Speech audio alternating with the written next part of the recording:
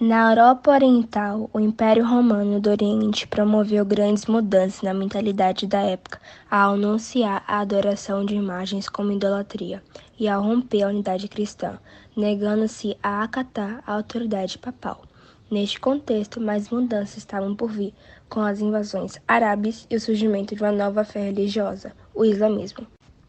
A dinastia carolíngia governou a França do século VIII ao IX e recebeu esse nome porque seu maior representante foi Carlos Magno, filho de Pepino o Breve, que governou de 771 a 814. Ele foi responsável pela expansão das fronteiras do Reino Franco, submetendo vários povos germânicos a seu domínio e combatendo os muçulmanos, que insistiam em invadir o território europeu para expandir a fé islâmica. Para administrar esse vasto império, Carlos Magno dividiu em unidades denominadas condados, governados por condes, e marcas governadas por marqueses. Os condes e os marqueses eram nobres que tinham a função de cobrar impostos, supervisionar as tropas militares e cuidar de estradas e pontes. Muitas vezes esses nobres recebiam do imperador o benefício, isto é, terras em troca de fidelidade e apoio militar.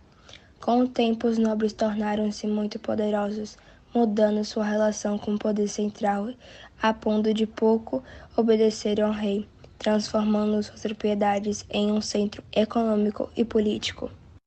Houve a preservação da cultura greco-latina por meio da manutenção dos originais e das cópias das obras clássicas da antiguidade.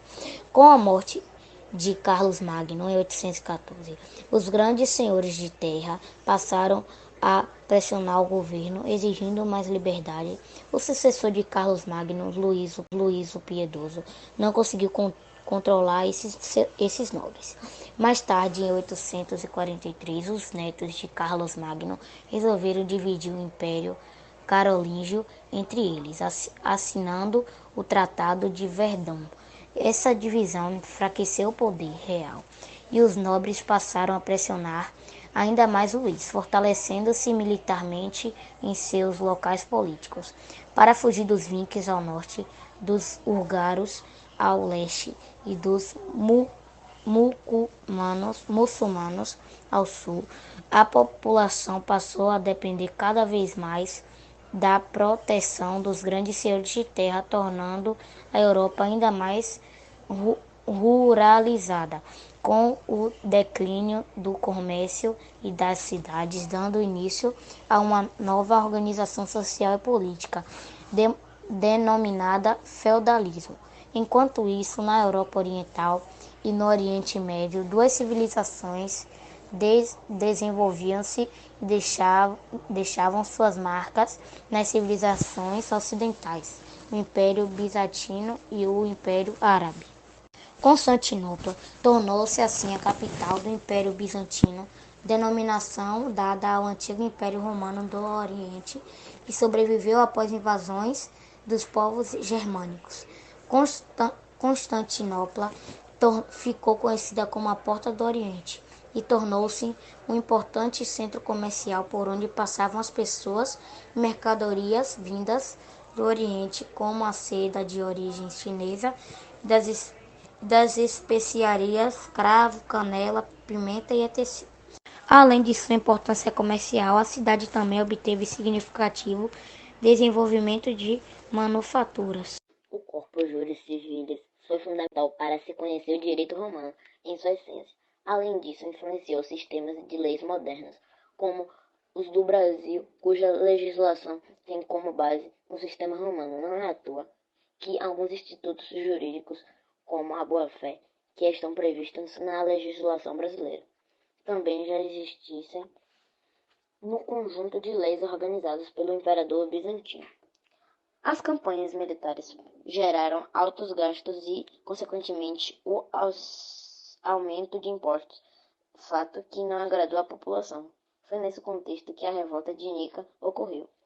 Em um evento do hipódromo de Constantinopla, onde a população costumava assistir às corridas de cavalo como forma de lazer, dois grupos rivais Pelo vasto território que ocupou, a população do Império Bizantino caracterizava-se por muitos povos, com costumes e línguas diferentes. Alguns exemplos desses povos são os armênios, os gregos e os sírios.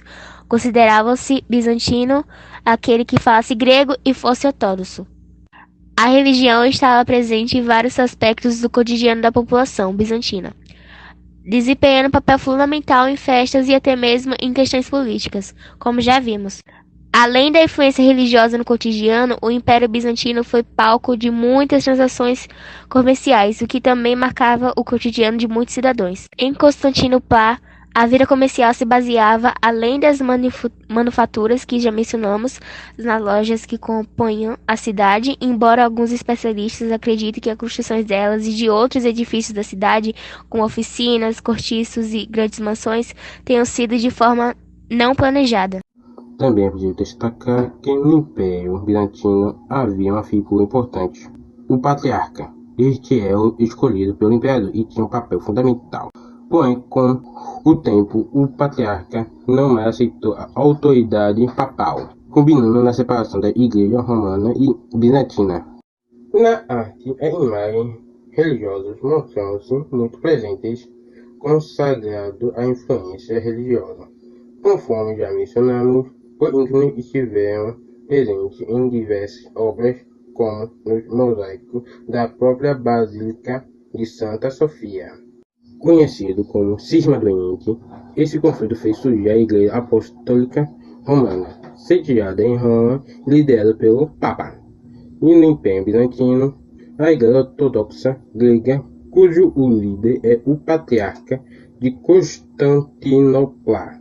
Os elementos da cultura bizantina tiveram grande influência greco-romana, os quais também se aliavam à influência cristã. Elementos de cultura oriental também estiveram presentes. O Império Bizantino conseguiu manter-se ao longo de vários séculos. Nesse período, diversas invasões e guerras ocorreram, como embates com os povos árabes e persas. Esse fato enfraqueceu o Império, além de ter ocasionado a perda de território.